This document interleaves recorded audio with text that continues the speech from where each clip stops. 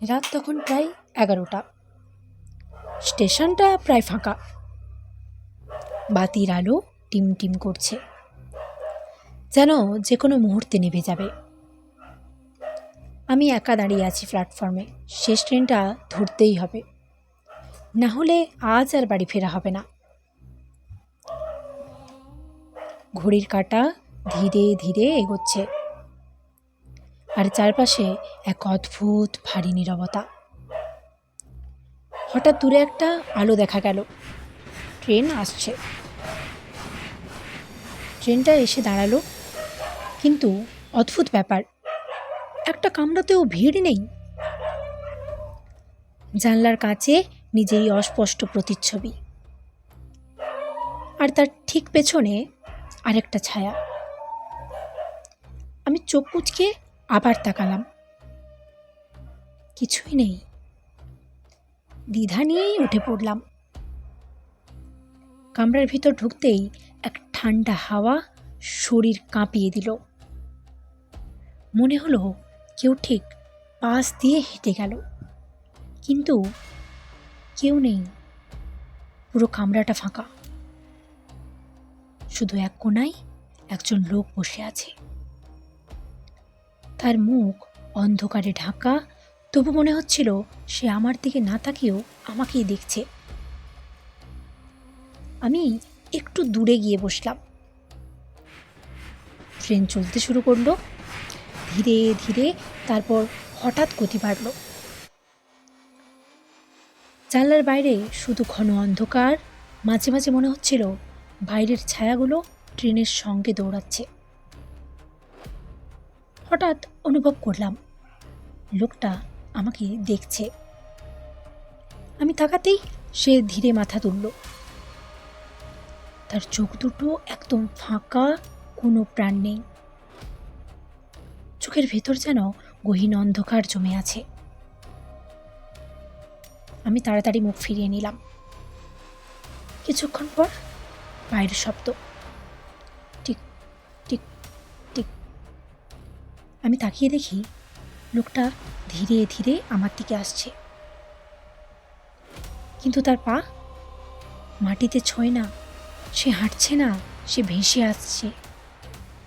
আমি উঠে দৌড়ে দরজার দিকে গেলাম। দরজাটা খুলতে গেলাম, খুলছে না। আমি জোরে ধাক্কা দিলাম বারবার, কিন্তু না। দরজার কাছে নিজের মুখ দেখলাম, আর তার পাশে আরেকটা মুখ, যেটা আমার নয়। পিছন থেকে ঠান্ডা একটা কণ্ঠস্বর, এই ট্রেন থেকে কেউ নামে না।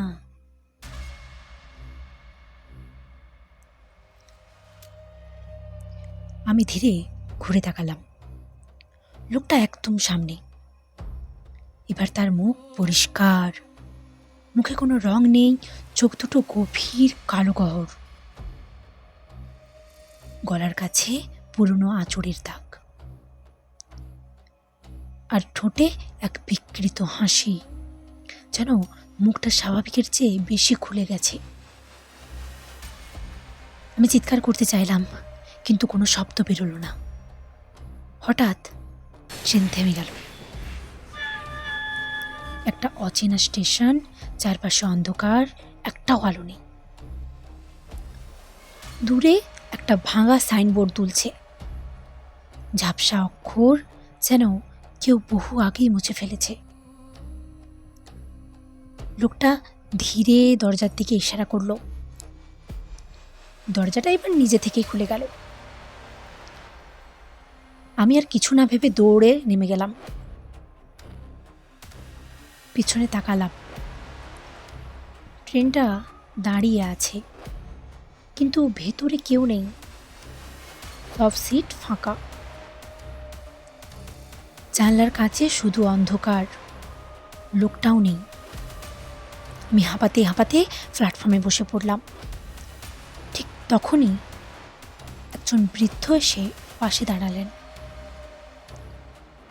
ধূসর পুরনো কোট, চোখ দুটো দুধ সাদা।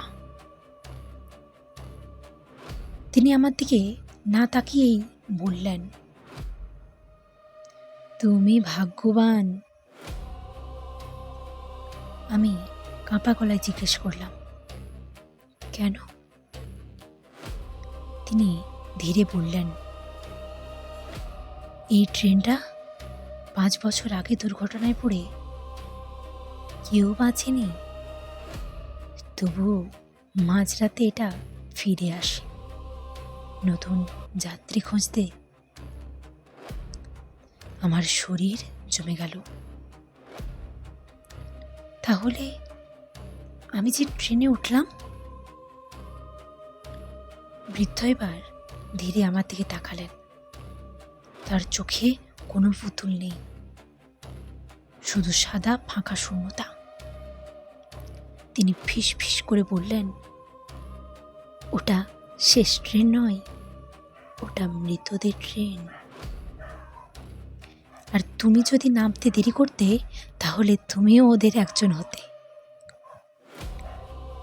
আমি ধীরে পেছনের দিকে তাকালাম। স্টেশনটা ফাঁকা, আর সেই ট্রেন আবার অন্ধকারে মিলিয়ে যাচ্ছে। জানালার ভিতর থেকে কয়েকটা অস্পষ্ট মুখ আমার দিকে তাকিয়ে আছে। তাদের ঠোঁট নড়ছে, কিন্তু কোনো শব্দ নেই। এই ট্রেন থেকে কেউ নামে না।